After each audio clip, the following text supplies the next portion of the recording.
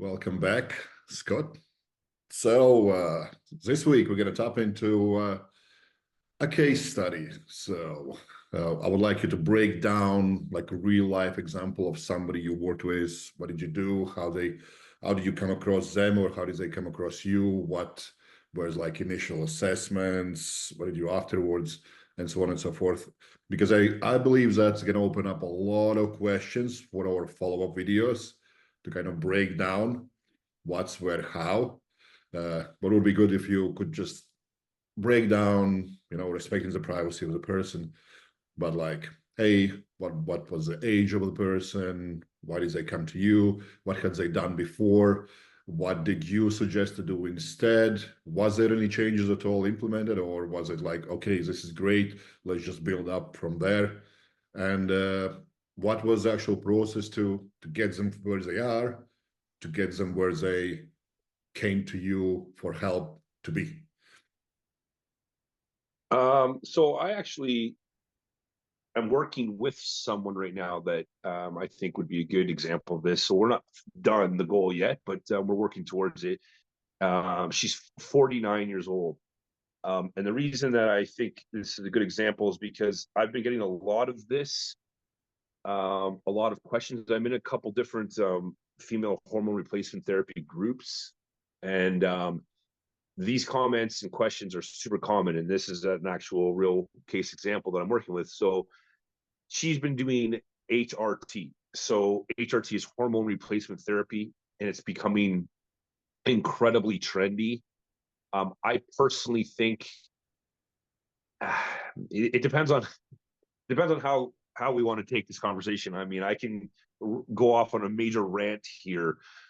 In the fitness industry, since we're talking about fitness-driven people, and so never mind the general population for the moment. In the fitness industry, there has been loads and loads of drug use being done all along, and now females are doing HRT for many reasons. Some of them have, destroyed their endogenous production and they need help. Some of them are just using this as their sort of coming out of the closet way to announce that, hey, I've always been a natural, but they never were. Some even consider themselves to still be natural, even because they're just using replacement dosages. And so it's quite a popular area right now, and it's relatively unknown. And in the medical community, there's not a lot of research for long term when it comes to female and endogenous hormones, exogenous hormones, especially androgens like testosterone. So this client of mine was using progesterone, estradiol, testosterone, very common. I think the posts originally came out for the idea of menopausal women, women whose endogenous production is no longer really there because of age. They're trying to replace hormone production to kind of give a quality of life back. Makes sense. There's a lot of pros to it for sure. But what's happening is anyone that's suffering any sort of symptoms that could be related to hormones think that their hormones are out of whack. So they're jumping onto HRT right away. And many of them are jumping onto it with terrible guidance or very minimal knowledge of what's all involved. And you see tragedy constantly. I get DM'd daily of like, my hair's falling out, or my clit is enlarged, or I'm breaking out with acne. There's all kinds of things. And you see comments like, I have 100 milligram vial of testosterone. What should I be taking? What dose? What's everyone using? Like it's so awful to see. It's a shame to see. Now, I think that the women have been misrepresented, and they've been, I don't want to say ignored, but there's not a lot of research showing exactly how to help them. And you see this all the time. So this client came to me on HRT. It was prescribed, and she was losing her hair. We got her levels, and they were quite high. A normal reproductive healthy female's testosterone range usually is between 40 to 70 nanograms per deciliter. You'll see a lot of labs even have it lower, 25 to 50, for example. These people don't have theoretical issues with hormones. It's a natural, normal, reproductive, healthy female. But that's the only real values for testosterone levels that we have, I don't see any issues arising in females until we get somewhere north of 100 nanograms per deciliter, but we don't have research to support this. What we do have, though, is some transgender hormonal therapy, and we see levels getting up much above 100, sometimes 200, and that's enough to start the process of transgender transformation. The other thing to do is they're constantly looking at free testosterone, and everyone thinks free is all that matters. Free testosterone, that's all we care about. That's not all that we care about. We care about a lot of things. We care about total testosterone. To me, is more valuable than free. We also care about binding globulins. We care about hematology values, because all these stuff matters. So with these levels, it's kind of risky, and what we want to do is try to minimize the androgenic effects of females that are concerned. Now, to be fair, I have worked with a few females, very few, that don't care about virilization. Virilization is some of the masculinizing qualities that you can see: voice changes, hairline changes, skin texture changes, breast atrophy, clitoromegaly, so the enlargement of the clit. These kinds of things are a real concern, and they're real. They will happen if the dosage is enough to bring the total levels above a certain range, and you keep them there long enough. And sometimes the stuff is irreversible. Not always, and not even usually, but the reversing of the effects takes a long time. Now, so this lady was losing her hair, and her levels were quite high. And her goal was, or is, aesthetics. She wants to have a physique similar to a physique competitor, and potentially she'll step on stage. But that's not determined yet. But the goal is to get her that way. So the first thing we did was we looked at her levels, looked at her dosages, and I tweaked those right away. I took her off her testosterone. I think there's better options for females that want to put on some muscle mass with other androgen options that aren't going to be as androgenic. And that's what we did. And the last few times we've checked levels, everything is good. Everything is in a range where I'm happy with, she's happy with, she has the effect she's looking for, and the hair loss has stopped. I think this is, I don't want this to become an HRT topic, though it could easily be, but I think this is the problem that we're constantly seeing is women are jumping on these hormones and just chasing feeling good, and then justifying that by no matter what their levels say. But a female that has a testosterone level, 150, 200, that's like 4 or 5 times her normal range that she's ever had her whole life. That's like a man having, 3,000-4,000. Yeah, you're going to feel good. You're going to feel a lot of things, but that doesn't mean that you're not going to notice problems. And the thing is that you don't notice it right away. The effect of hormones are very, very slow with the onset of action, and you won't notice it until you notice it. And by that time, some of it might be irreversible. So I think it's important that there's a big understanding here. And the reason I think this is a good test subject or case study is because this female was already very aware and caught some of these symptoms quickly, and was able to reverse some of this, or basically all of it. But a lot of them have not been so lucky, and because HRT is so popular, I think we really are going to have some issues on our hands in the future, in the near future even. You mentioned that it was prescribed, so I'm guessing that was like a doctor or something like that.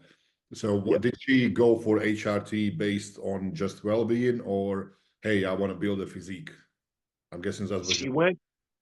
She went to HRT for well-being, as you put. Now, I don't live in the States. I live in Canada. It's a lot different here. In the States, it's like the Wild West. There's these quote-unquote providers popping up all over the place. I'm aware of many that take 2-3 day courses, and then they're referred to as hormone specialists. No way are you understanding complexity. What's that? I see it a lot in the US. Yeah.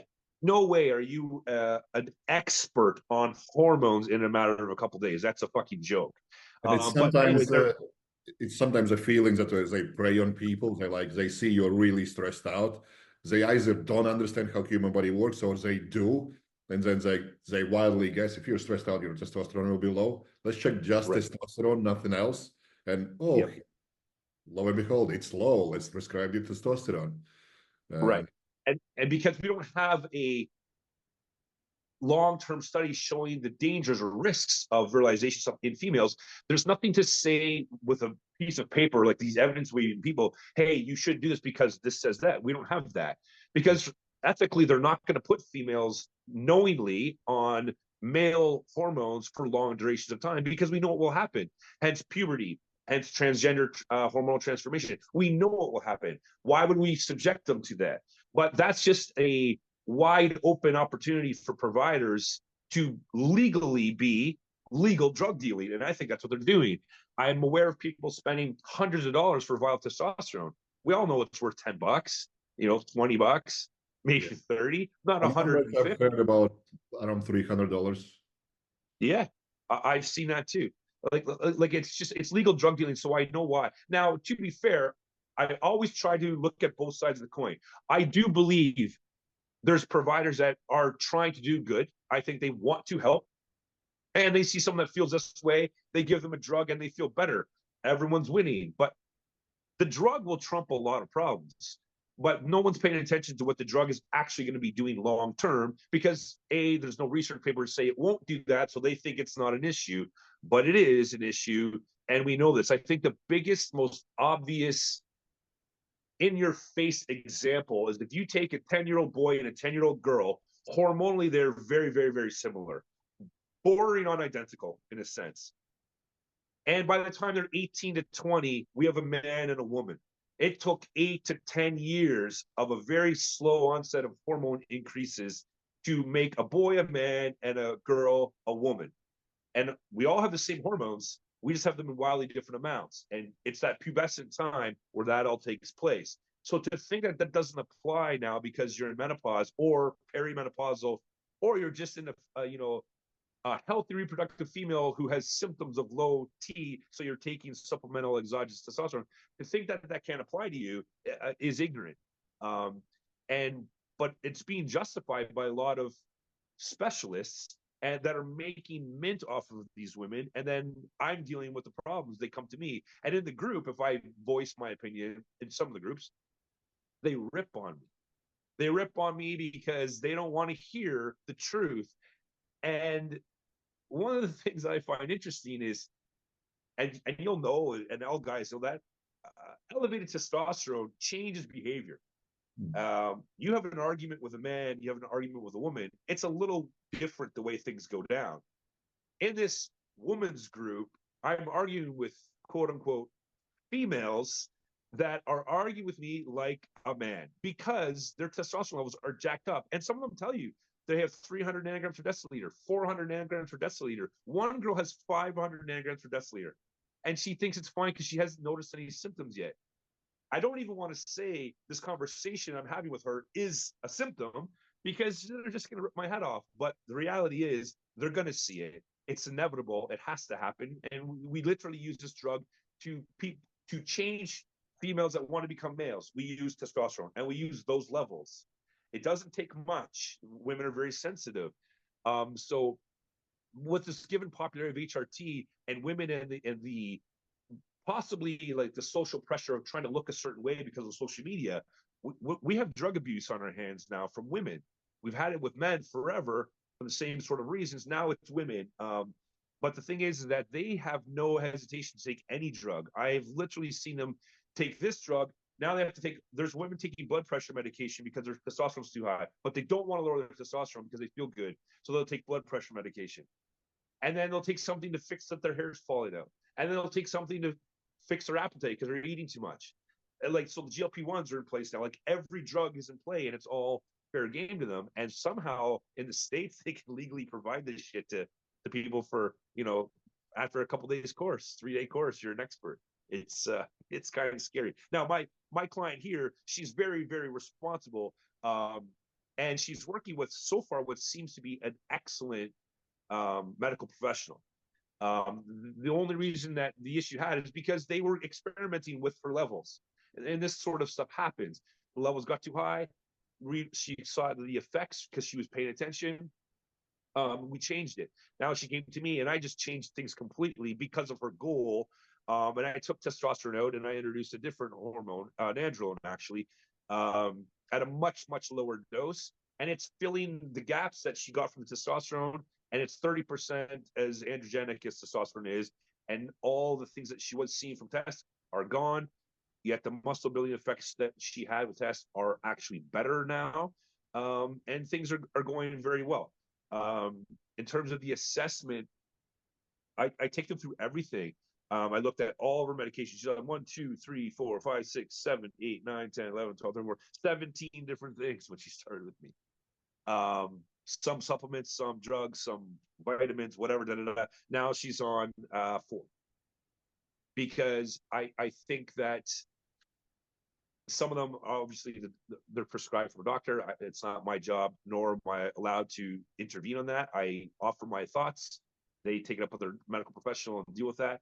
But a lot of this stuff is unnecessary, and it comes from the constant fluff on social media. Oh, if you're taking this, you should take liver support. You should take this support, that support. I don't buy into any of that stuff. I think you need to use what you need based on what's going on, not just take it because. I think that's an excuse for drug abuse in a sense. So I've removed most of the things that she was using because I don't think they were necessary. And then from there, we just decided to focus on the physique for the goal. So I had to do training, nutrition, etc., and just dial it in specifically to her. Yeah, I think there is a lot to be said as well. And I personally observe that people from like US and countries that don't even understand how wealthy they are, they just try to throw everything at them. And then countries from like where I come from, where people don't have much money, they will try to max out without adding anything first, and then try to look for that next step. Maybe I need to add something of this or something of that, you know. So nutrition will be really high priority. Training will be very high priority. And only the supplements don't come into play, sometimes never. It's like, yeah, needed. But I operate that way. That's why I reduce things. I try to reduce things down to the least amount of everything involved, literally the least amount.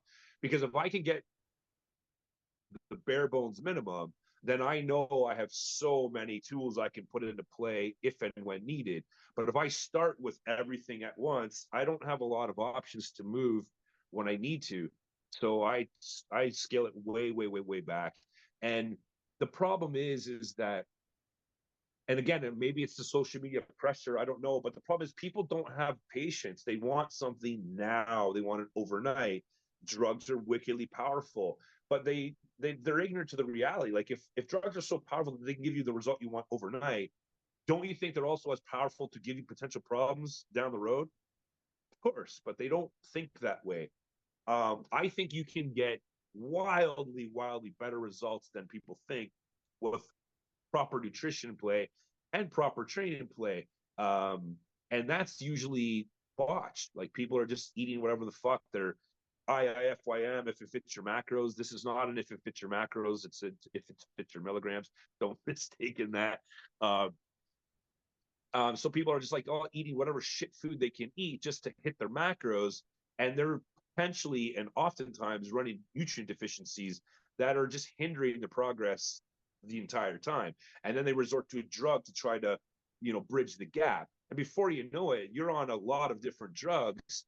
And one thing that I've noticed over the 20 plus years of doing this, if you've got multiple drugs in play, usually you have multiple people advising you on these drugs.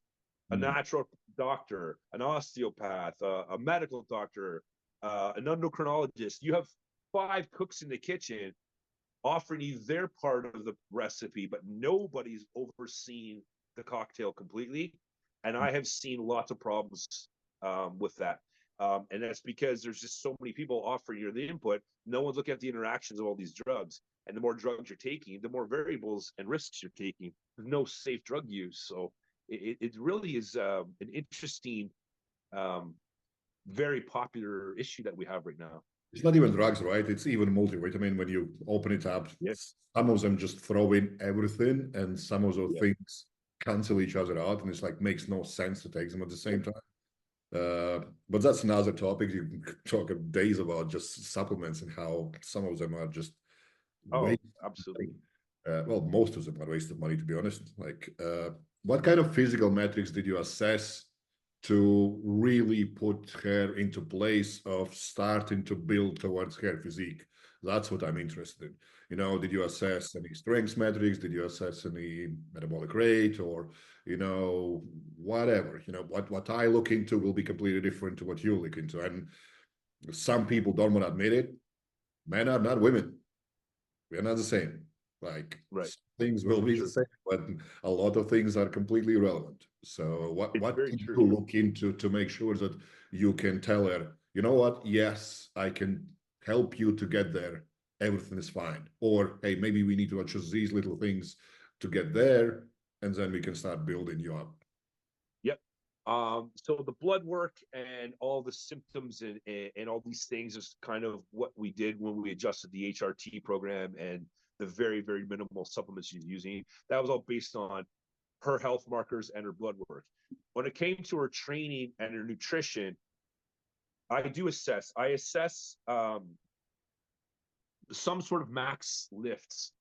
It depends on the person, what we're essentially trying to study. But for her specifically, assessed a deadlift, a bench press, a squat, and an overhead press. Those were exercises she was already currently doing and had been doing from apparently a couple of years. So I was confident that she knew how to do them. I don't ask for a 1 rep max because I don't want anyone to get hurt. I usually ask for a 3 to 5 rep max. And all I'm doing is I'm looking at her score for her. I compare her score to the strength standards. It gives me a ballpark idea. Where does she fall in terms of the average person? Is she a novice lifter, an intermediate lifter, advanced, whatever? And then that helps me determine how much volume she can handle theoretically. Total volume, as in load times reps times sets. It's just a theoretical calculation. I always use that as my base foundation startup for an aesthetic goal. And then from there, I make real world adjustments. So I checked her strength, which was very good on all of her lifts. I did her body composition to determine her lean body mass via skin fold calipers to determine how to feed her appropriately.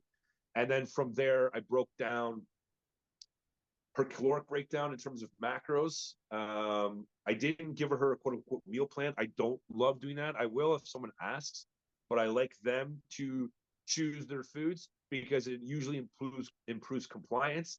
However, I do oversee it with them and offer any suggestions. Like I don't, or I'm not a fan of people just eating convenience processed foods all the time.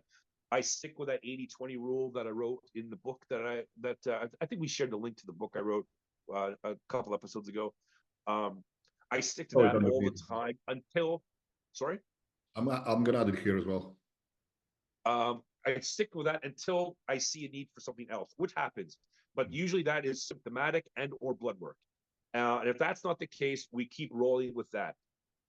And then we measure real world results every week. So every week she gives me her skin fold calipers.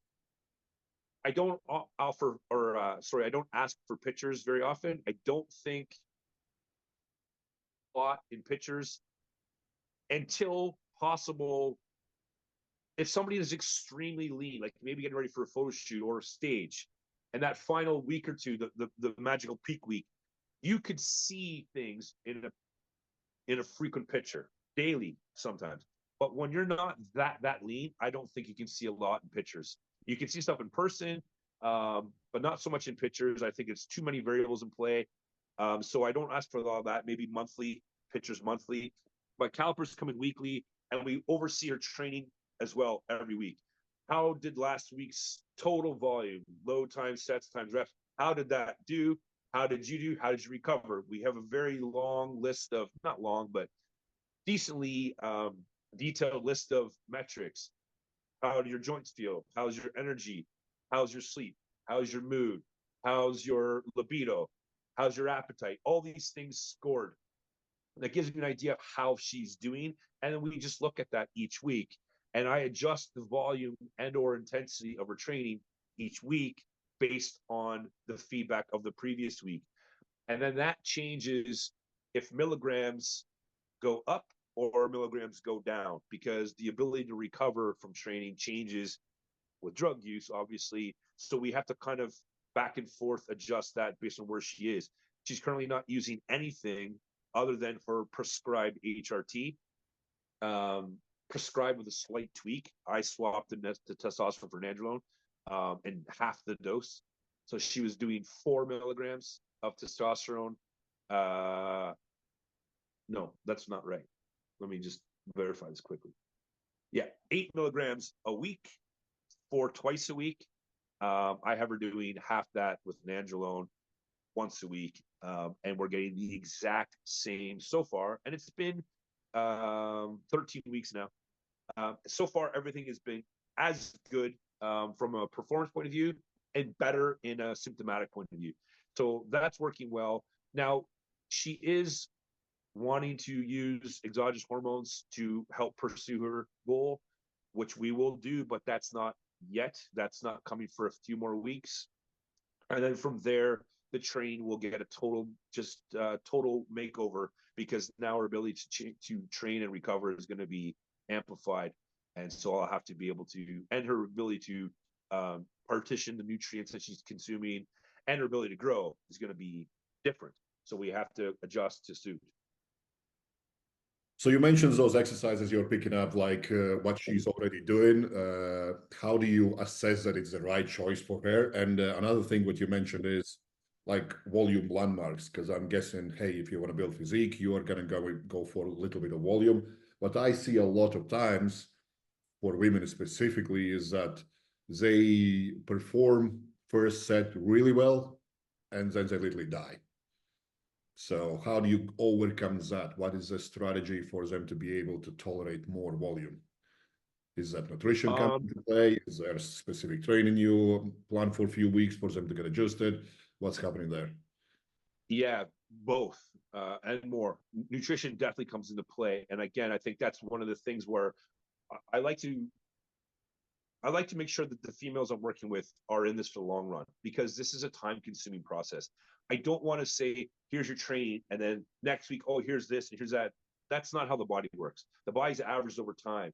So I need a few months to see what your body does with adequate nutrition. When someone comes to me like her and like many, when they're under fueling the machine, just fueling the machine properly is going to have massive impact on your abilities. But we're not going to see that over a week.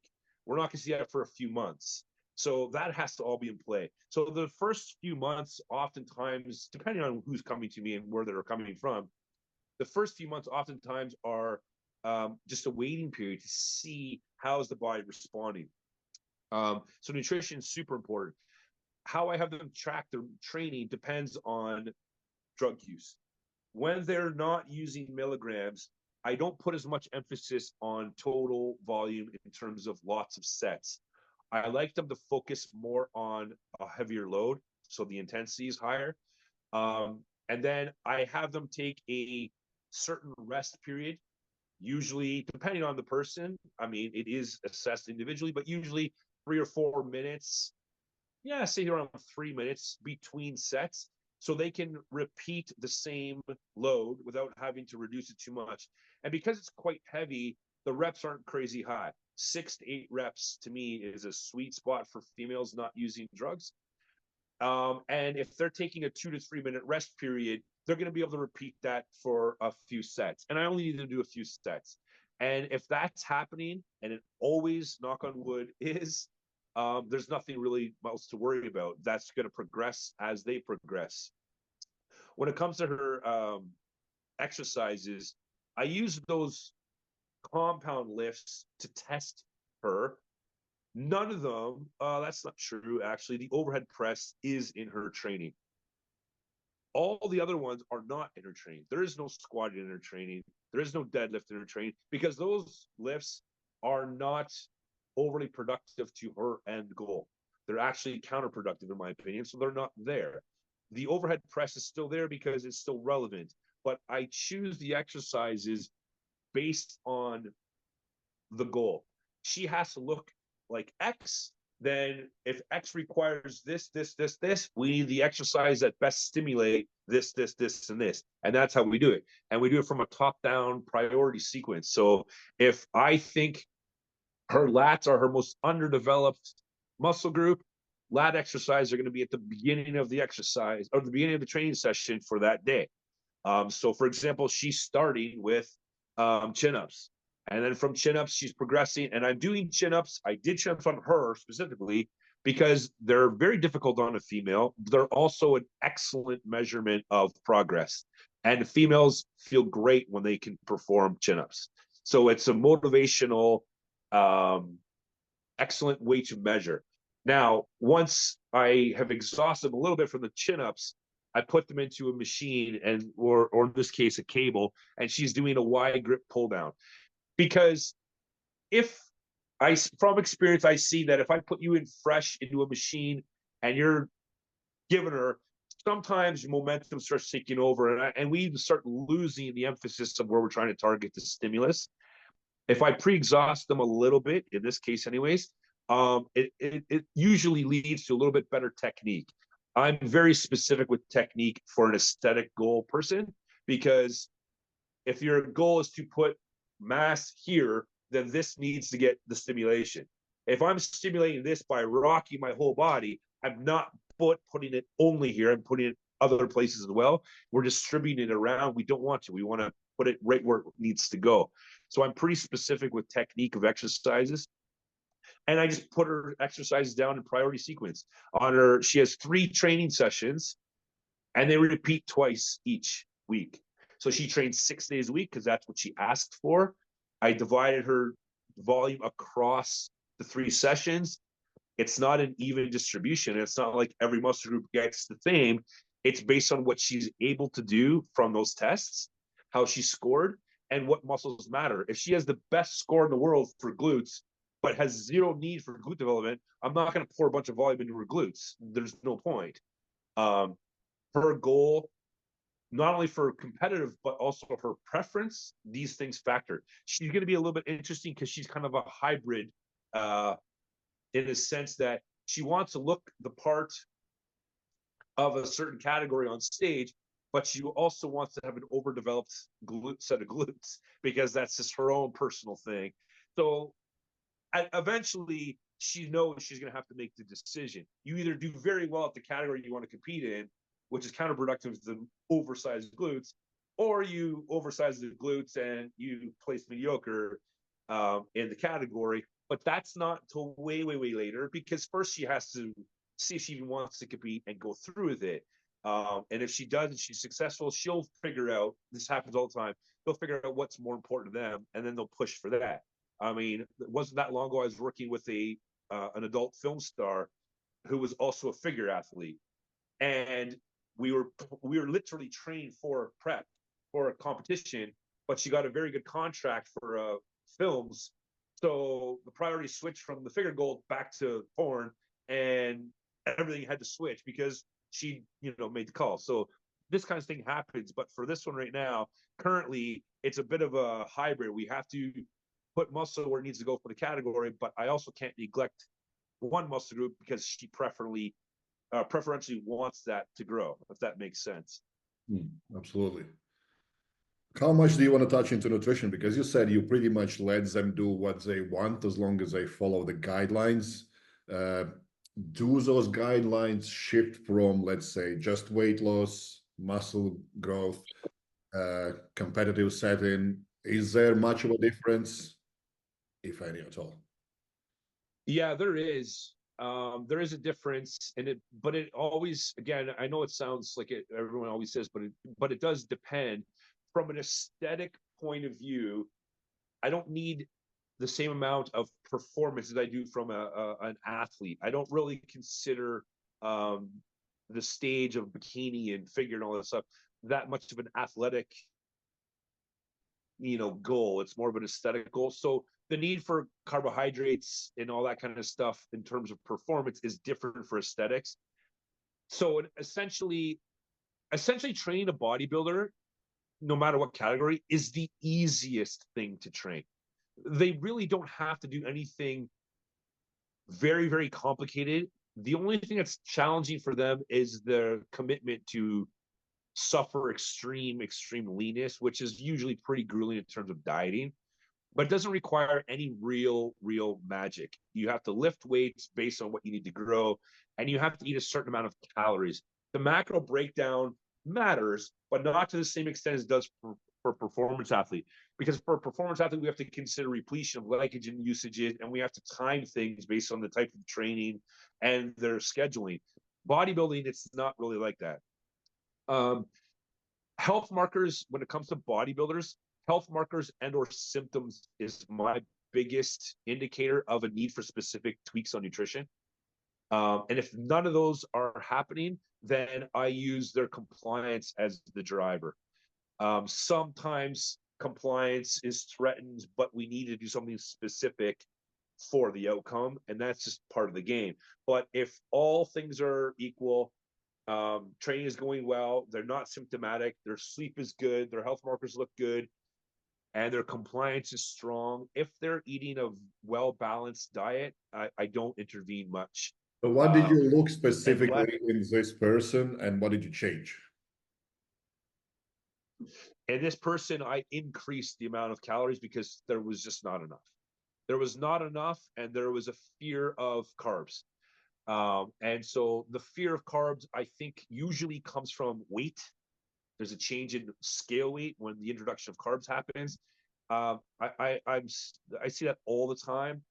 What has to happen is there has to be something that's measuring body composition, not just scale weight, so the women can see the difference between weight gain and fat gain, because the carbs will help performance improve. It's just not as relevant in bodybuilding as it is in, say, marathon runner or a sprinter, but you will still have a better training session if you have better nutrients in your system. There's no question about that. But for her, she was eating too little and very low carb. I introduced more calories. Her calories are 1785, 7 days a week. I do sometimes, and I might have to with her, but usually when it comes to a bodybuilder, I don't get into this on day, off day, training day, non-training day, caloric manipulation, because that to me is a tool, a useful tool, but I don't think you need to do that right out of the gate, because the body's averaged over time. So I don't need to get specific yet. That might come. Usually it comes when you have to start cutting calories. You can kind of, lend some someday and take some from another. But her calories are about 400 higher than what she was doing. Her activity is about 50% less than she was doing. And her macronutrient distribution, I mean, the distribution between protein, fats, and carbs from a percentage point of view is very similar. It's just that she has more calories now, so there's more carbohydrates. So in the initial first couple of weeks, there was a weight spike, which she was expecting because I prepared her for it. The calipers saw through the noise, so she was okay with it. And since then, with less activity and more food, she's getting leaner and stronger. And so she should. Yeah, I think that's a big message, that to look better, people still believe that you just need to eat less and move more, which you can do by eating even more and moving less, but being intentional with that movement and being intentional with what kind of food you actually eat. Absolutely. Because the body needs the fuel. And if you are not providing it, the body will just downregulate something somewhere. You don't choose where it downregulates, the body does. And it chooses it based on a priority of survival. So if, and this is very common to females, if the body senses a lack of caloric intake, or a situation where survival is maybe being threatened because of no food, your menstrual cycle is one of the first things to go. because the body is not going to deem reproduction as a priority if it doesn't think there's enough calories floating around to begin with.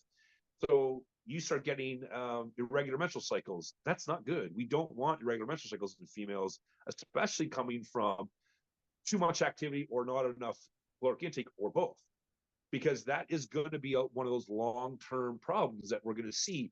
You know, when you get into that menopausal state, you're going to have bone mineral density issues. You know, you're going to fall and break a hip.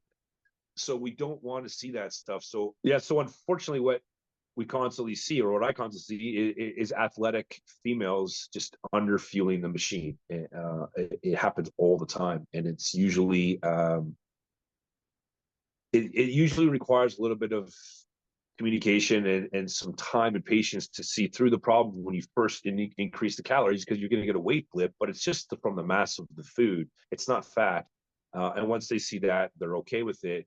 And then once the machine is adequately fueled, it can really start to show you how it can perform. And it's crucial. It's crucial for longevity, especially. Yeah, something that people don't want to attain to. The, like, I still feel like this longevity stuff is so popular now, and nobody wants to look into what actually causes longevity. Not long life, but long quality of life. Right, We right. wake up And that's one of the things that longer. Right. And that's one of the things that the hormone replacement thing is feeding on, like quality of life will drug you. Well, yeah, but the thing is that they're putting them into sometimes levels that are making them feel good, like I said, but they're not changing their longevity for the better. They're going to be actually shortening things relatively quickly from a I don't have a mustache point of view kind of scenario. And it's a problem. One of the things too with that hormone replacement therapy stuff is, like we were just talking about, under fueling the system. If you're a healthy reproductive female, and you're now athletic and you're under fueling and you're causing hormone irregularities and menstrual disruptions, that's your hormones. You're literally now causing hormonal disruptions, and you could be fast tracking yourself to symptoms of the need for HRT, but you probably really didn't need it if you're eating properly or appropriately or adequately, or whatever word you want to use. You would have had these disruptions, and your hormones may not have been low or tanking or whatever they're experiencing. You might not have noticed the fatigue, the brain fog is what I fucking constantly hear. All these things. Oftentimes, this is just inadequate nutrition, and then so they just band-aid it with a drug, and the drug will band-aid it, but it may not have been needed. And you know, menopausal women, obviously that exists, obviously is very real, but typically that's not until the later half of life. There's no way I should be seeing teenagers and early 20 females in these HRT groups taking hormone replacement therapy, but I am. I'm seeing a lot of them. And that just, to me, screams bullshit. They're being misinformed completely, or they just want to be on drugs and don't want to admit it. I mean, that's real too, because I know there's a lot of drug addicts in these groups, because you can see their behavior. But anyways, that whole HRT thing is going to cause me to rant. So let me just stop there. You see it in men a lot as well. I had somebody Absolutely who was asking me, like, what can I take? I feel very tired. And I'm like, well, what's your blood pressure like? What are your blood test results like? And I don't know. How much do you sleep? There is no such thing as you don't have enough drugs in your body while you feel bad. Right. You're just not healthy, and you don't even know that you're not healthy. You just think you're going to take something and you're going to feel great. Yeah, but at what expense? Yep. It's like waking up every single day and taking a cup of coffee just to stay awake, but it's not giving you energy. It's not giving you anything. Like, you're not recovering. There is an issue with recovery, not lack of coffee in your body. Right. And the thing is, a lot of these problems are so deep rooted that nobody wants to take the time to correct them. They just want to band-aid it across, because everyone wants it now. We're going to see lots of problems in the future from this stuff. There's no doubt about it. Like, I mean, we know that men on TRT, many men have to donate blood regularly because they deal with hematocrit and the hemoglobin and RBC issues. Very, very common. Usually, I can't say usually, oftentimes that can be remedied from lifestyle changes, but sometimes it can't. Well, women are now going to start seeing this issue, because if they're going to be taking testosterone to get levels of a low level of a man, they're going to start to see the same problems. And that's not a coincidence that some women are saying, hey, I've got high blood pressure. Hey, my cholesterol's not looking good. How come my RBC is this and my hemoglobin's this? Because of drugs. And I think the dangerous part is when these clinics, they don't test for those values at all. Yep. Like Right. they don't look in a thing, are you healthy enough to even have this introduced into your system? I agree. I agree. And I wonder if it's because they took a 3-day course and they're specialists or experts. They're hormone experts. And they don't know anything about what's going on.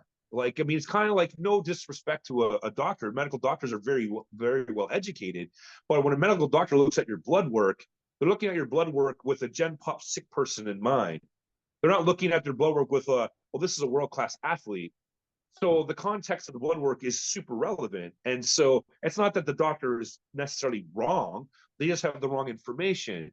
Well, they're educated, know what they're doing. Imagine the 2 to 3 day specialists that are like, well, you feel good? Here, take some testosterone. You'll feel even better. Or you don't feel good? Take some testosterone. You'll get energy. And we don't even know what hematology means. We don't know what that is. Don't worry about that. That's not a thing. Like, that's what's going to happen. Yeah, it's interesting you mentioned that, because I had a friend in hospital recovering from pneumonia, and his blood tests were horrible, and his doctor says, no, they're great. Like, well, but they aren't. Well, they're great for his thing. Right. Dude discovered kidney failure. You're telling me his blood tests are great. Yeah. Like, but Oh, no, I know. yeah, it's great. But yes, there is way more I would like you to ask, but I'm mindful of your time. I'm going to let you off. And next week, would like to kind of dig deeper in all these little things, and maybe tears Sure. apart in a more detail about, like, maybe you'll find out some kind of nutrition is more suitable for this phase of training and that phase of training, and exercises and so on and so forth. So thanks again, and I'll see you next video. Yeah, sounds good. Thank you.